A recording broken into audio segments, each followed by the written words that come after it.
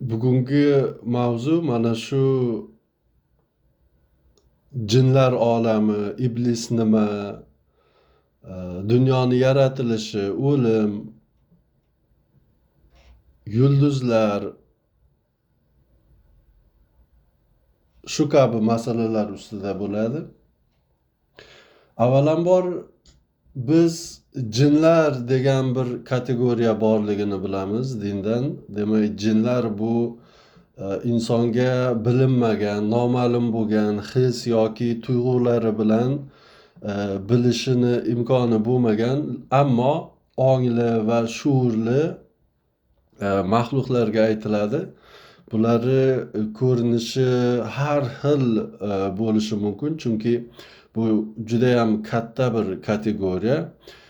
Hatto bunga ba'zi olimlar arab bo'lmagan xalqlarni ham o'sha jinlar toifasiga kiradi, chunki ular o'sha gapga tushunmaydi yoki ular bilan bir muloqotga kirisha olmaydi.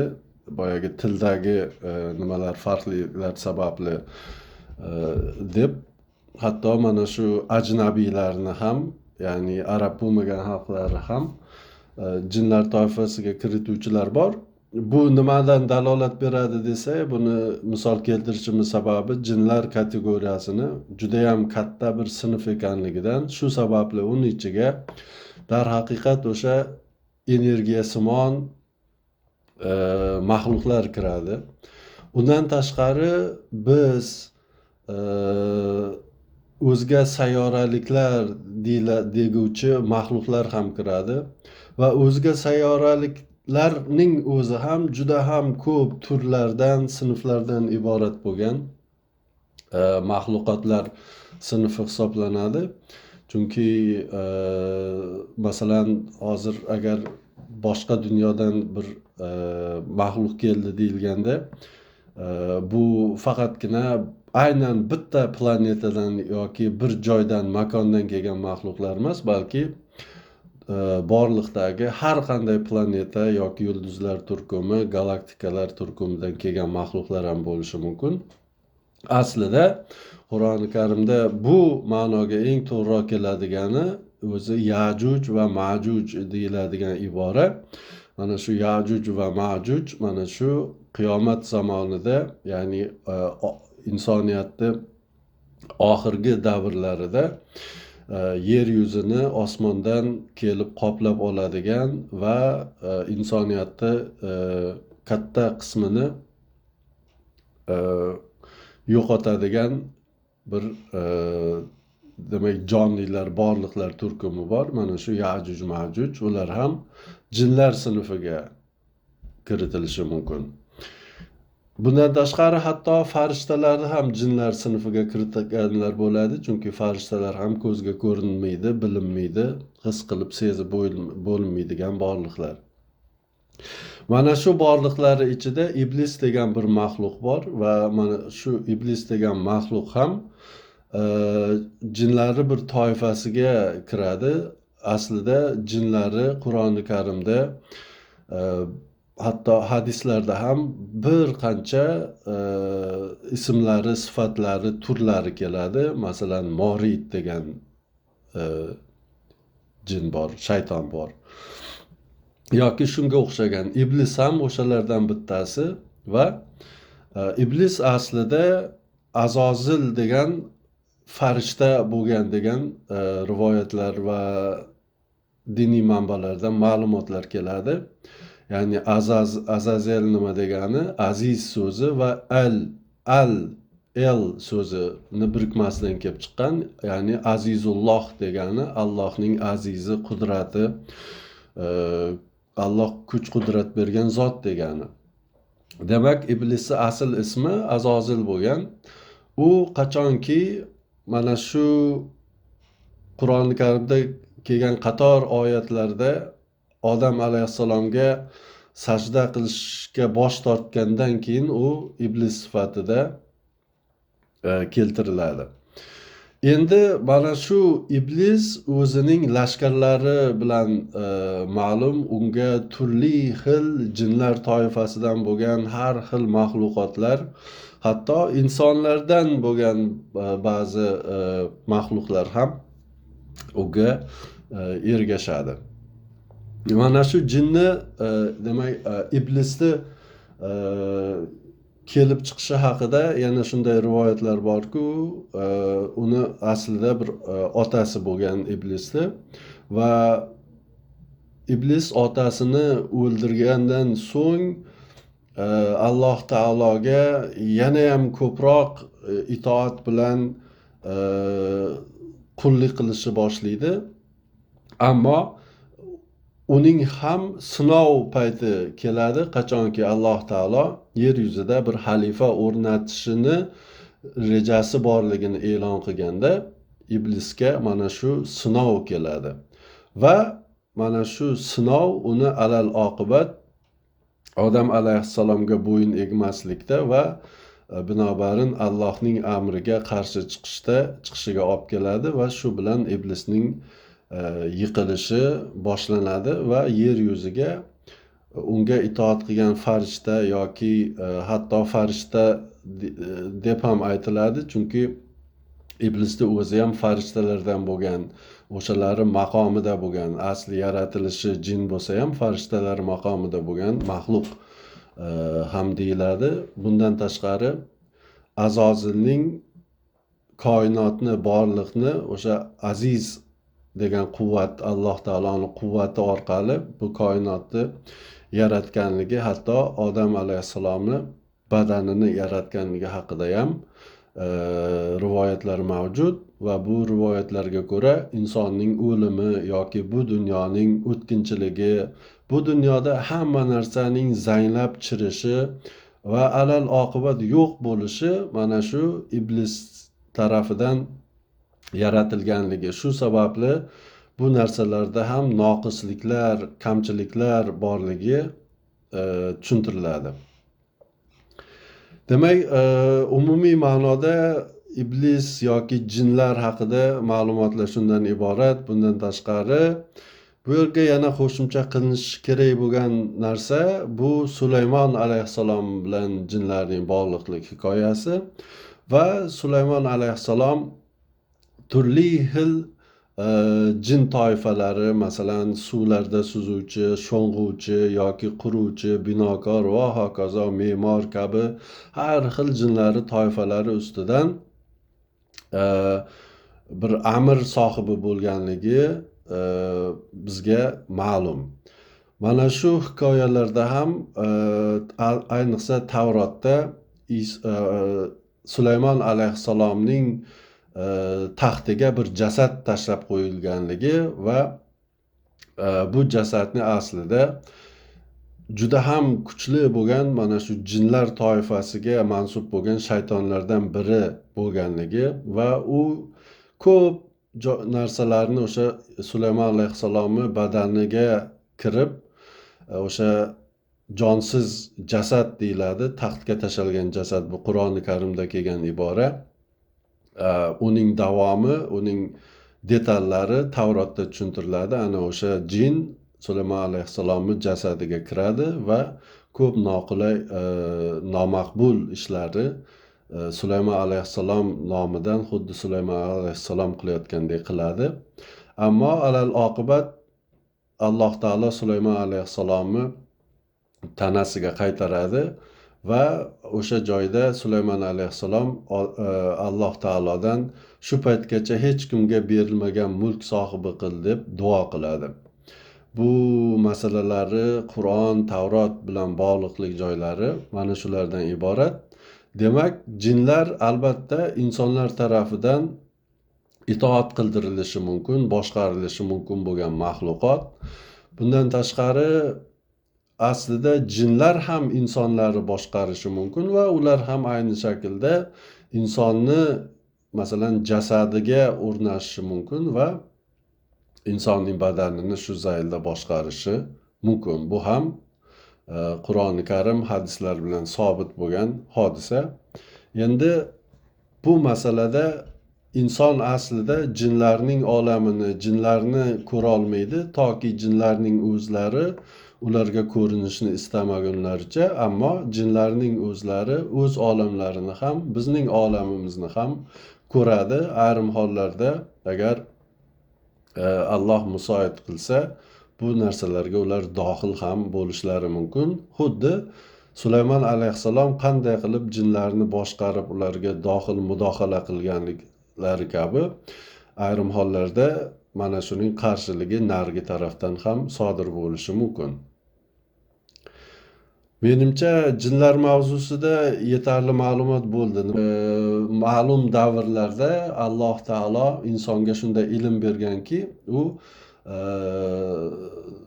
nujum, ya'ni yulduzlarga qarab kelajakni o'rganish ilmi degan narsa bo'lgan va bu haq ilmlardan biri bo'lgan. Chunki borliqdagi har bir narsa bir-biri bilan bog'liq, uzviy bog'liq bo'lgan narsalar. Faqatgina ulari o'sha darajalari, o'lchamlari farqli bo'lishi mumkin xolos.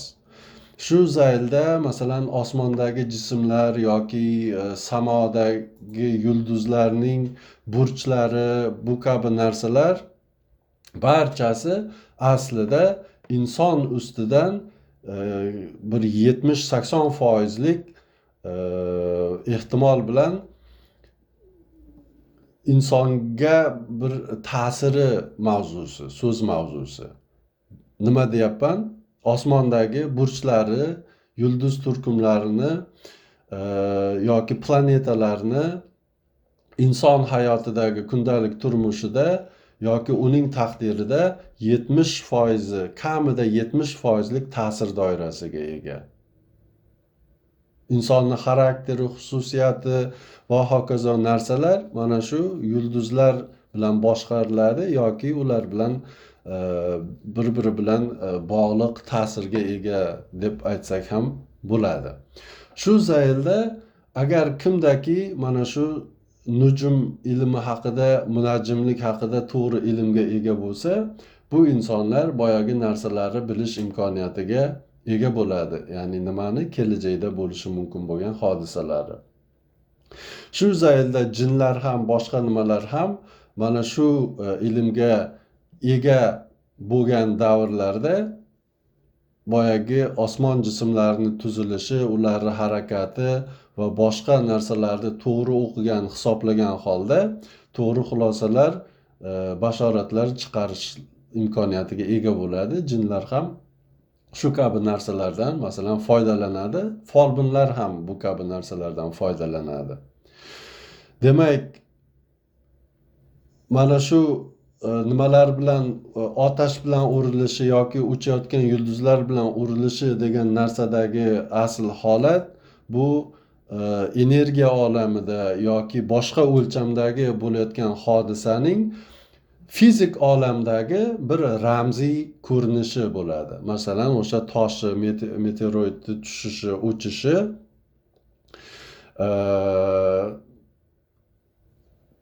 haqiqiy olamda, ma'nolar olamida bo'layotgan bir narsaning bu olamdagi tasviri, rasmi xolos. Aslida uni orqasida bo'layotgan narsa ana o'sha kelajak g'ayb ilmi bilan bog'liq bo'lgan ma'lumotlar yig'ilishi, to'planishi, xulosalari chiqarilishi bo'ladi. Bu qanday tushunildi?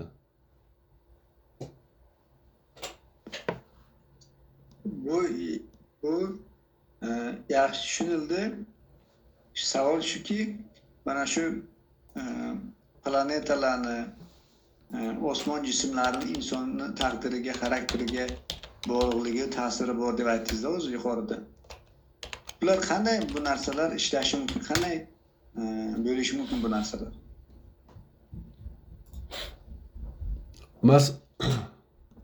Xo'sh, masalan, kimdir tasavvur qiling, yanvar 15-ida masalan qahraton sovuqda tug'ildi. Bu odamni masalan burji nima desangiz, burchiga qaraysiz, qovg'ami, boshqa narsami? ana o'sha burch ostida tug'ildi. Bu Qovg'a burji yulduz burjida, yulduz turkumi. Bu turkumda masalan qaysi planeta eng aktiv bo'ladi? O'sha paytda siz tug'ilgan paytda nechinchi yil tug'ildingiz? Qaysi oyda tug'ildingiz? Qaysi kunda?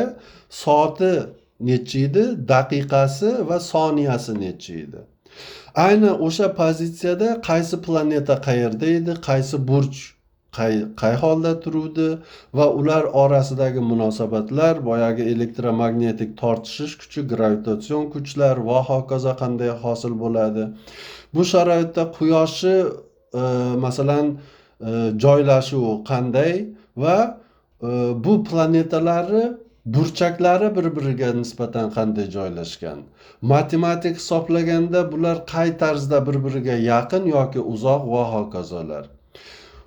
Endi bu paytda oyni joylashuvi qayerda edi? Yerga yaqinmidi, uzoqmidi? Chunki oy yerga yaqin bo'lganda masalan suv ko'tariladi, dengiz hajmi, okeanning sathi ko'tariladi, uzoqlashganda pasayadi va hokazo.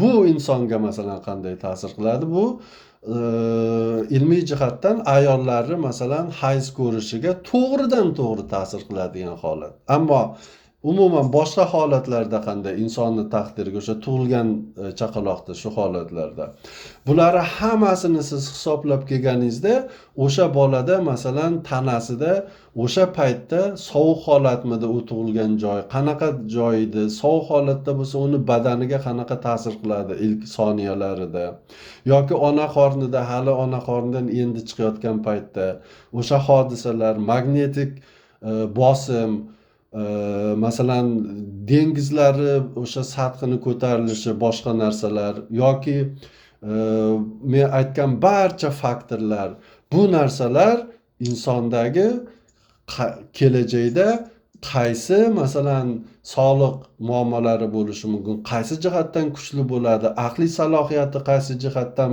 mana shu paytda kuchliroq bo'ladi va hokazo degan juda ham ko'plab faktorlar kelib chiqadi va bu faktorlarni keyin hisoblaganingizda o'sha odamni boyagi taqdirini ma'lum qismi kelib chiqadi. Buni to'g'ri o'qigan odam o'sha insonni xarakterini, xususiyatini, hatto kelajakda uni sog'liq muammolari yoki qaysi sohalarda kuchli bo'lishi, qaysi sohalarda zaif bo'lishi kabi ko'plagan narsalarga ham javob topilish imkoniyati bo'ladi. Bu qanday tushunildi? Bo'ldi. Bu yaxshi tushunildi. Keyingi savolim shu mavzu bo'lgani shu, mana shuni berib o'taman. Shu kitobda ham aytilganki, mana iblis moddani yaratdi deyilganda, mana o'zi bu mana shu dunyomiz, mana shu real deb topgan, bilgan dunyomiz mana shu moddadan iboratda. Bundan xulosa chiqyaptiki, nima butun mana shu biz bilgan, biz ko'rgan moddalarni buni iblis yaratgan bo'ladi. Shunday. Chunki Alloh taolo hu bo'lgan zot va u zot har doim borliqni bosqichma-bosqich va o'lcham bilan, turli o'lchovlarda darajalar bilan yaratgan. Masalan, insonning hayotini oladigan bo'lsangiz, inson ham yaratuvchi maxluq. Kompyuterni yaratdi, teleskoplarni yaratdi yoki turli xil texnologik yoki maishiy ixtirolarni qildi, yaratdi, robotlarni yaratdi.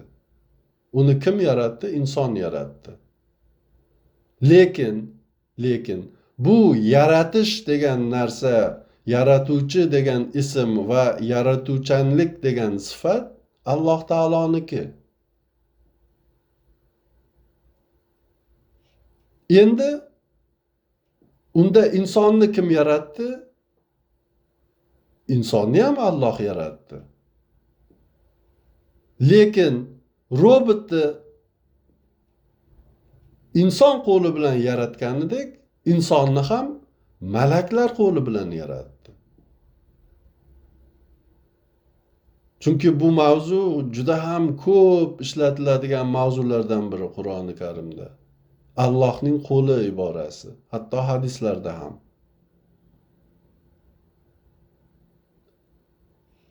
Agar bu mavzuni chuqurroq o'rgangan odam bo'lsa, Allohning qo'li nimaligini ham juda yaxshi biladi. Hatto bu mavzuda Allohning qo'li nima degan YouTube'ga ma'ruza ham qo'yganman. Shu jihatdan Azozil ham Allohning qo'li bo'lgan. Ya'ni Azozil orqali borliq yaratilgan, insonning jasadi yoki material bo'lgan narsalar Azozil tarafidan yaratilgan deyiladi.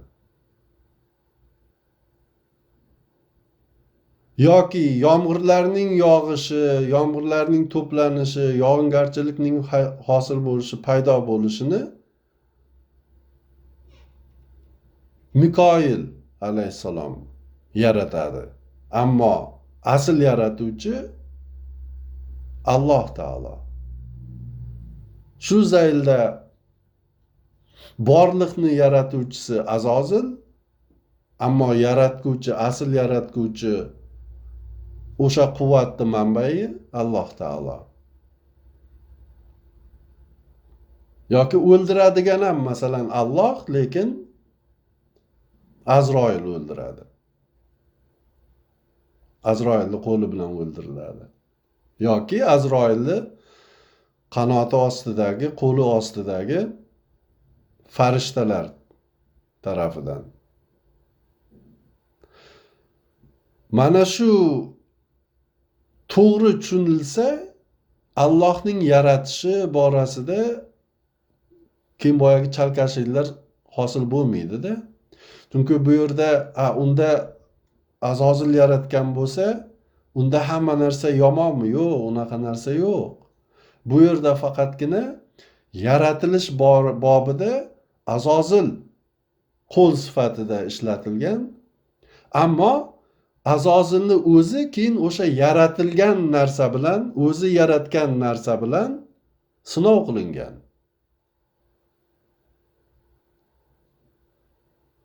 Bu Xristian teologiya nuqtai nazaridan masalan ular ota deydi yoki yahudiylarda ham ayrim hollarda Allohga ota iborasi ishlatiladi.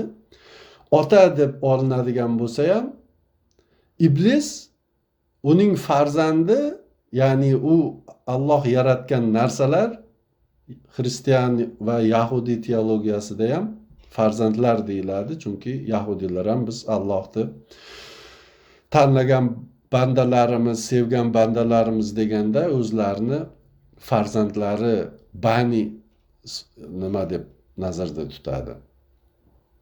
Farzandlari sifatida. Shu nuqtadan olib qaraganda ham Alloh ota, iblis farzand, Odam alayhissalom yana farzand bo'ladigan bo'lsa, o'sha farzandlar orasidagi ixtilof, bir-biriga hasad ko'rolmaslik mana shu iblisdan boshlangan deb tushuntiriladi. Chunki bu narsa keyinchalik har doim takrorlangan, ya'ni bir uslub, model bo'lib qolgan. Model. Bundan keyin ham har doim shu zaylda davom etgan. Kim qayerda agar payg'ambar rasul chiqqanda bir dushman chiqadi va o'sha iblis qilgan ishini qiladi. Shu zaylda davom etadi. Demak, siz so'ragan savolga, Azozil yaratgan, Azozil Odam alayhissalomga bo'yin egishga bo'yin egishni rad qilgandan keyin u iblis sifatida talqin qilinadi va Allohga shu tarzda osiy chiqqan maxluq hisoblanadi. Shu javob.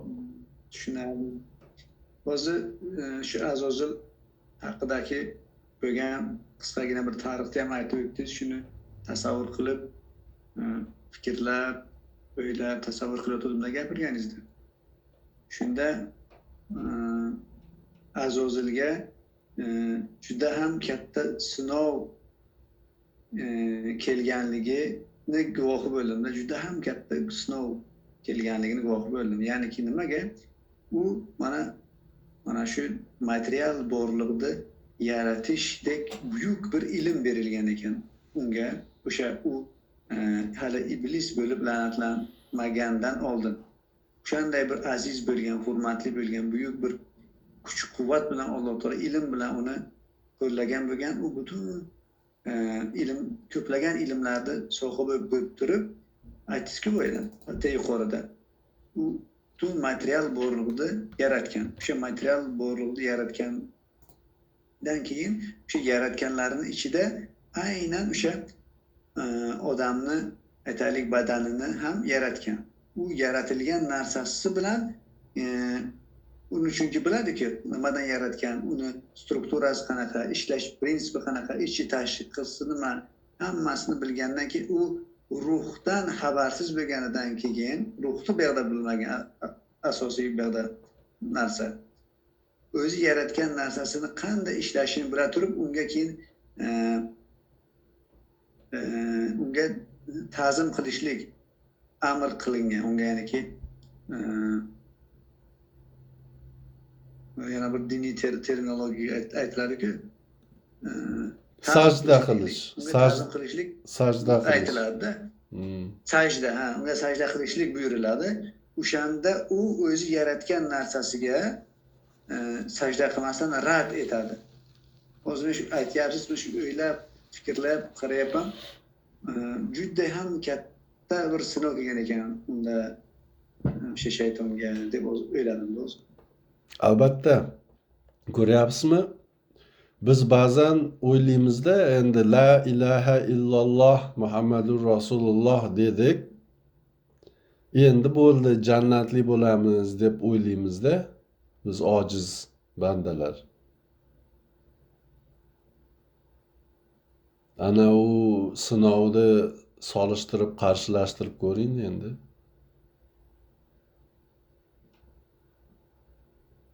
U solihlardan ham o'tgan, boyagi ko'p Alloh taoloni eng sevimli qullaridan ham ko'ra ko'proq ilmli, yuqori martabalarga erishgan bir maxluq bo'lganda.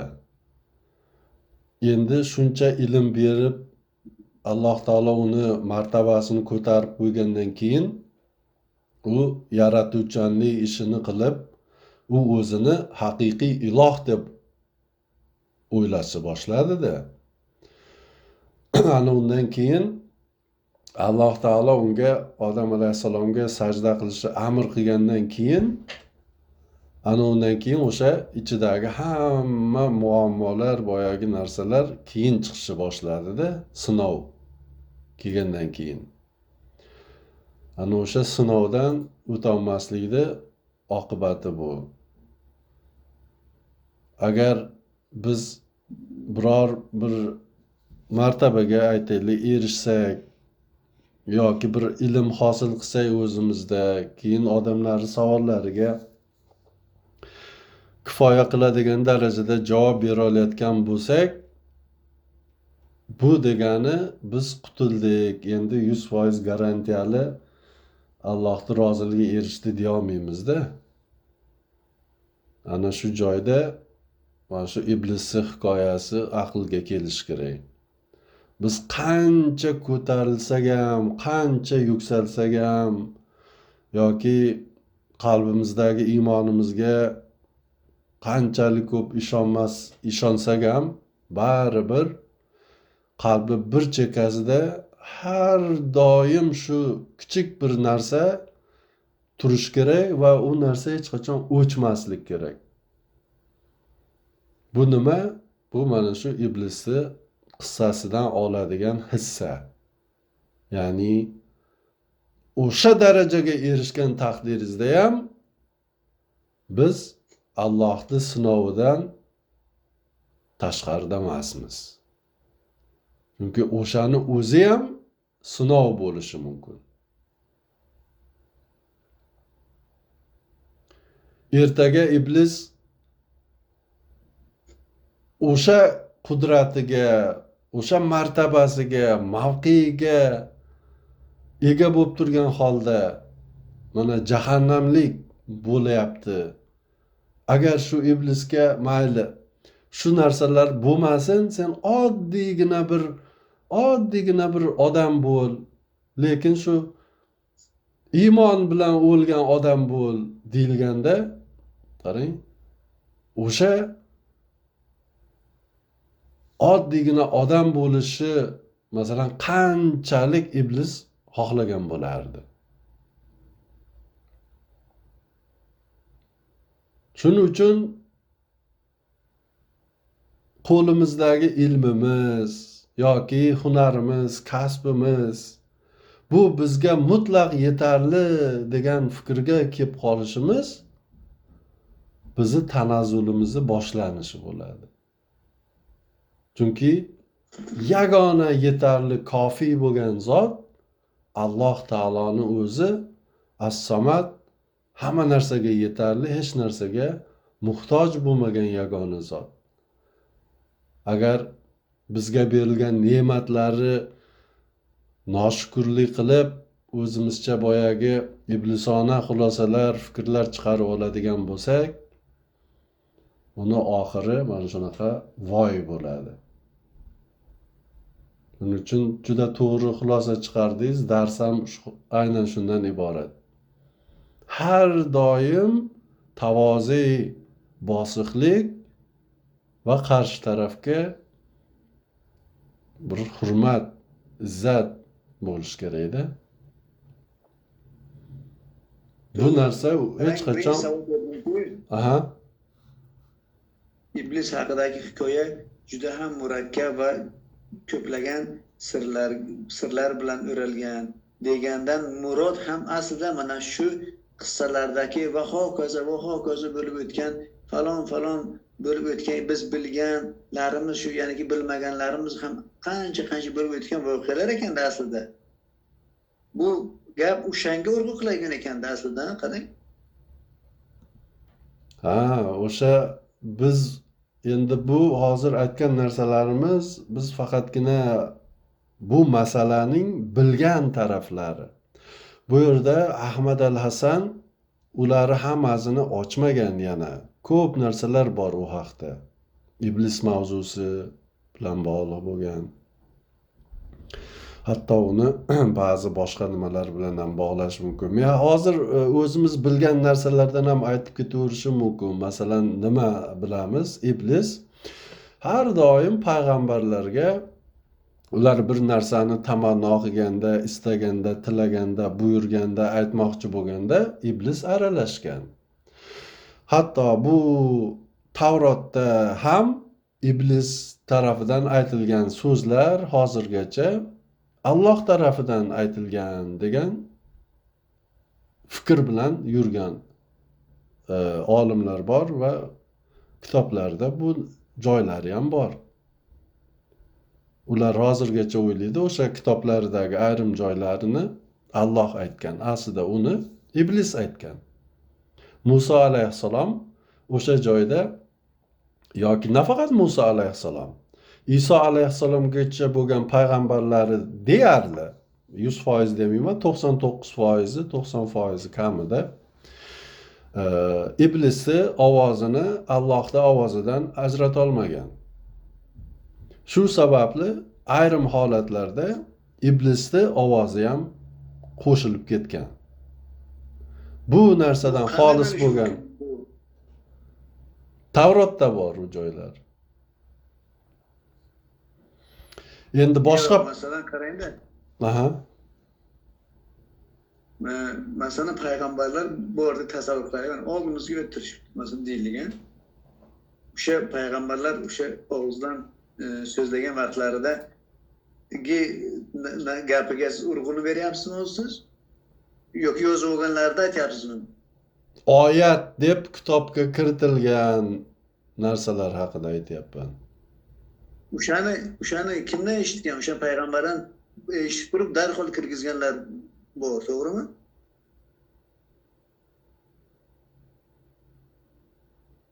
Yo'q, payg'ambarlar vahiy oladi. To'g'rimi?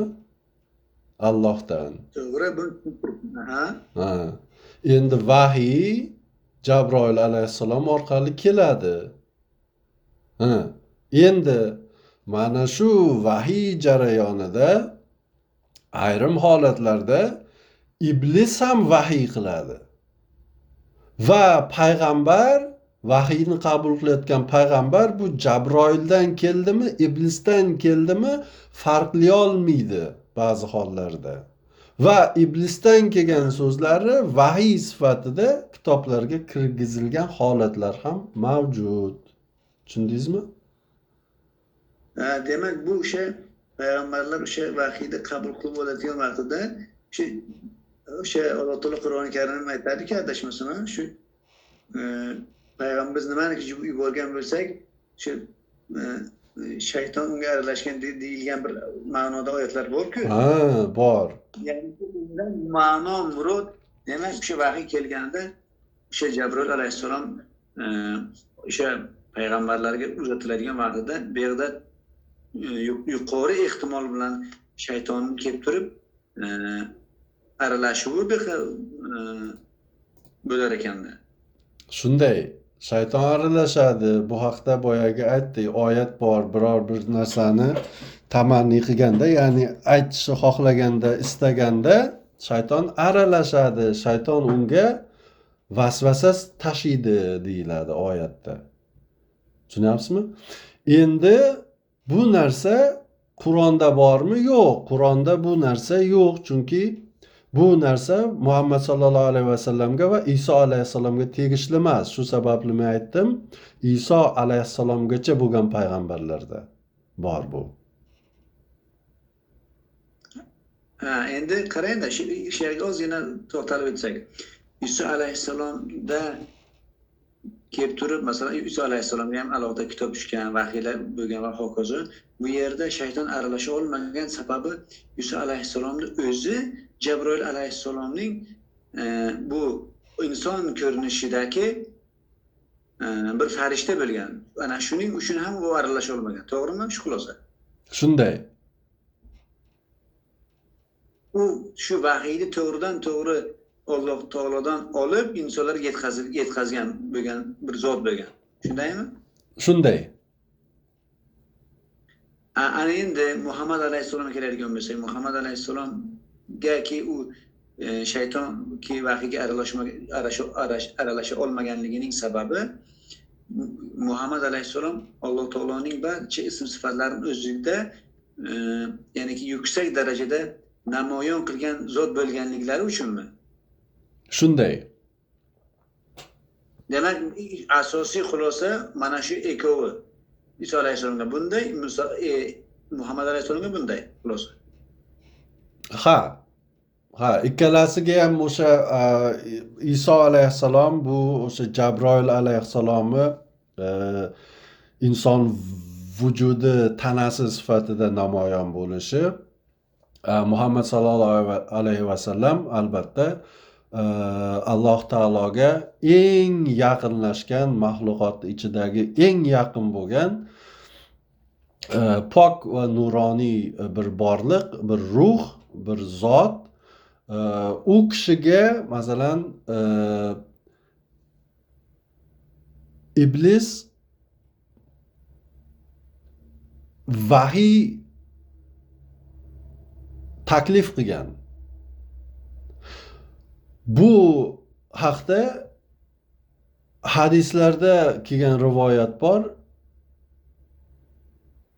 Bu rivoyatga shayton oyatlari deyiladi.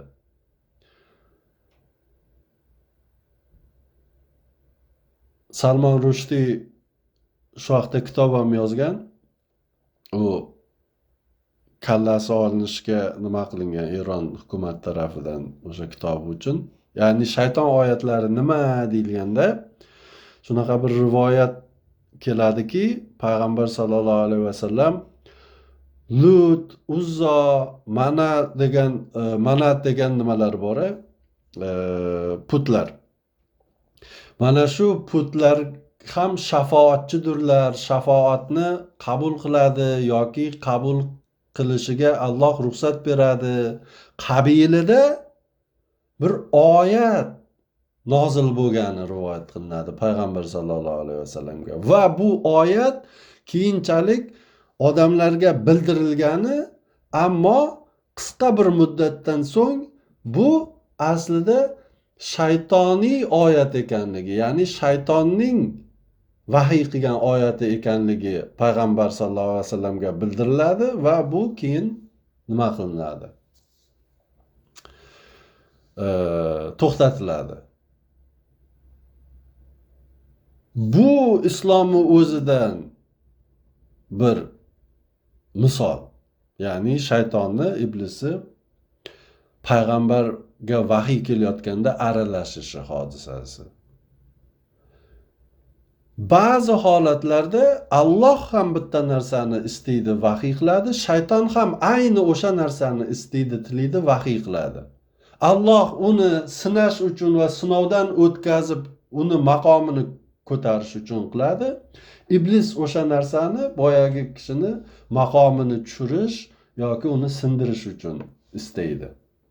Shu holatlarda ham masalan ikki vahiy bitta ma'no bilan kelishi mumkin. Ba'zan teskari holatlarda kelishi mumkin. Shu sababli qadimgi kitoblarda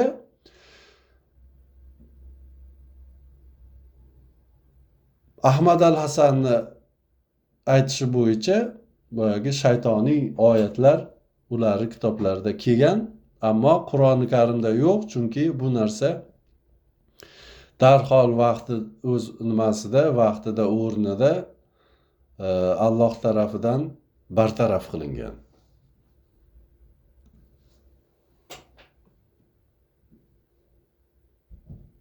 Demak, o'sha boshqa oldingi payg'ambarlarda mana shunaqa aralashib ketishlik oqibatida o'sha kitobga yozilib qolgan shunaqangi noto'g'ri bo'lgan oyatlar ham bor ekanda, demak. Ha, shunday. Lekin bu oyatlar qaysi oyatligini faqatgina davrimizni imomi aytib beradi. Boshqa hech bir kimsani u bunday, bu bunday deyishga haqqi yo'q. Sunniylarda bir anaqa bo'lgan borki, biz Injilda nima deydi? Bir gaplari bor, taniqli bir gaplari bor ularni. Nima ham deydi? Allohning kitobi deymiz, rad etmaymiz ham, tan olmaymiz ham, bir nima ekanmi deyishadi-ku, bilasizmi? Ichidagilarni Ha, tan olmaymiz deydi, lekin rad ham degan bir gaplari bor-ku. ha, rad ham qilmaymiz deydi. Na unaqa, na bunaqa. Demak, bular o'qib chiqqan, o'sha o'qib chiqib ikkilanishda qolganda aynan aqlda o'zi tan olaman desa, mana bu nuqtalari bor, mana bu ma'lumotlar bor. Xuddi siz aytib o'tgan boyagi ma'lumotlarga yaqin yoki shunaqanga o'xshash ma'lumotlar bor. Tan olaman desa, bu ma'lumot boshqa ma'lumotlarga zid kelyapti. Xuddi shunday qarama-qarshi narsalar bor. Bu yerda aqlni o'zi ojiz qoladi. O'shani hisobidan bular shu pozitsiyaga turib olishar ekanda. Ha, chunki agar ular Injilni, Tavrotni ham dalil sifatida qabul qilamiz desa, uslubiy muammo bor. Ularga bu narsalar to'g'riligini kim tushuntirib beradi? Birinchidan. Shu sababli bular ham aytadi, aslida biz o'zimizcha xulosa chiqarmasligimiz kerak deydi. Kimga boradi desangiz, avvalgi olimlarga, ulamoga boradi, Qurtubiyga boradi, Tabariga boradi, Tabaroniga boradi. U yerdagilar kimdan olgan ma'lumotni? Isroiliyotdan olgan, ya'ni Tavrotdan va Tavrotga nisbatan yozilgan tafsirlardan olgan. Ularning kitobida ham bor.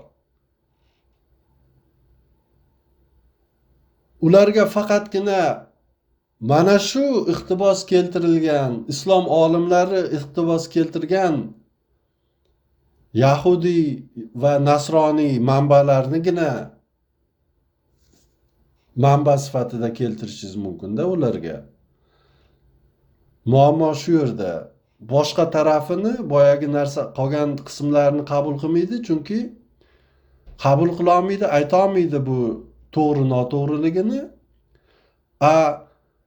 Ularni to'g'ri noto'g'riligi haqida boyagi Tabariyni yoki boshqa ulamoni kitoblarida keltirilmagan. Tushunyapsizmi? Shu sababli ular arosatda qolib ketganda na ololadi, na ololmaydi. Ololadigan tarafi faqatgina avvalgi olimlar keltirgan bo'lsa oladi, uni ham ba'zi hollarda olmaydi, unaqa bunaqa deb bahona topib ketadi uni ichidan ham. Agar qaniydi olgani deydi, bu 3 kitob mukammal shaklda bir-birini to'ldirishi, jipslashishi, ko'p masalalarga ochiqliklar berishi mumkin-da. Ammo boyagi muammolar sababli ular qabul qila olmaydi. Aslida biz shaytoniy oyatlar deganimiz juda ko'p emas. Masalan, balki bir necha jumla bo'lishi mumkin. Bu degani butun boshli kitob noto'g'ri degani ham emasda, shunaqa xulosa chiqmasligi kerak. Juda kichik bir qismi, balki 1-2%dir desak ham bo'lar. U masalalar ham ko'proq o'sha Alloh taoloning amri bilan boyagi iblisning amri yoki tilagi, xohishi ayni muddao bo'lgan masalalarda bor. Bu faqatgina bu ma'lumotlar ko'ryapsizmi, qanday nozik narsalarda. Agar bu masalalarda yetarli ilmi bo'lmagan, to'g'ri tushunishni bilmaydigan odamga aytsangiz, umuman hamma narsa buzilib, chalkashib ketadigan bir mavzu, chuvalashib ketadigan. Shuning uchun menimcha shu joyda to'xtatib qo'ysam ham ma'qulroq bo'ladi. Undan u yog'i kerak emas. To'g'ri aytdingiz. Bu bir katta bir xaritaday narsada, juda ham cheksiz bir xaritaday narsa. U mana shu erinmasdan bitta narsani olib, yaxshi o'rganib, keyin ikkinchisini, keyin uchinchisini qilib asosan keyin yo'l topib boradigan misol kabi mana shuni misol bersak bo'ladi-da shunga. Ma'lumotlar ko'p, ishonadigan ma'lumotlar bor, ishonmaydigan ma'lumotlar bor. O'shanga odam chalkashib qoladi. Xullas shunaqa. Bu masalalarda men aytgan fundamental manbalarni va ma'lumotlarni bilib oling, fundamental bo'lganini. Qolganiga chuqur kirish kerak emas. Chunki qarang, bu masalaga o'ta uslubiy ilmiy yondashishimiz kerak-da. Biz birinchi o'rinda aytayotgan gaplarimiz, fikrlarimiz qanchalik fundamental shaklda bir-biri bilan bog'lanadi. Ilm olish, bog'lash bilan bir xil to'qish bor-ku, to'qiydi ayollar. Har xil narsalarni to'qiydi. Gilam to'qiysiz yoki ilm olish shunga o'xshagan narsa. Hech bir narsa qolmasligi kerakki, sizni bazangizdagi boyagi boshqa konsepsiyalarga bog'lanmagan. Tushunyapsizmi?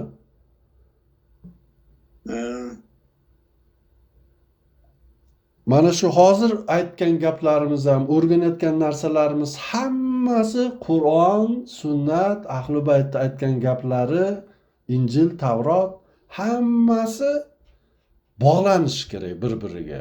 Bir-biriga zid bo'lib qolgan joylarni bittalab olib qaytadan tekshirib chiqish kerak. Toki o'sha narsalarni bog'lamaguncha. Bog'lagandan keyin keyingisiga o'tish kerak. Bu masalada balki bir 100 dan ortiq tugun bo'lishi mumkin. 100 ta tugunni birma-bir bog'lab chiqib yoki yechib chiqishingiz kerak bo'lishi mumkindir. Buni qilishga majburmiz. Qilmasak ilm bo'lmaydi. O'rgana olmaymiz. Yoki bir saviyaga erisha olmaymiz. Bu doimiy shaklda harakatdan iborat bo'lgan narsa ilm olish. Ana o'shanda qancha ko'p ilm olib borsangiz, keyin farosat ham yuksaladi. Shunda abstrakt narsalar ustida yana ham to'g'riroq xulosalar chiqarish, tasavvur qilish paydo bo'ladi. Abstrakt narsalar. Hatto abstrakt bo'lgan o'ta muammoli, chuqur tushuncha, falsafiy, diniy mavzularda ham, o'ta chuqur bo'lgan mavzularda ham siz kerakli bo'lgan sarhadlarga kerakli bayroqlari tikib chiqib, o'sha sarhadlari ichida qanday ishlash kerakligini o'rganasiz.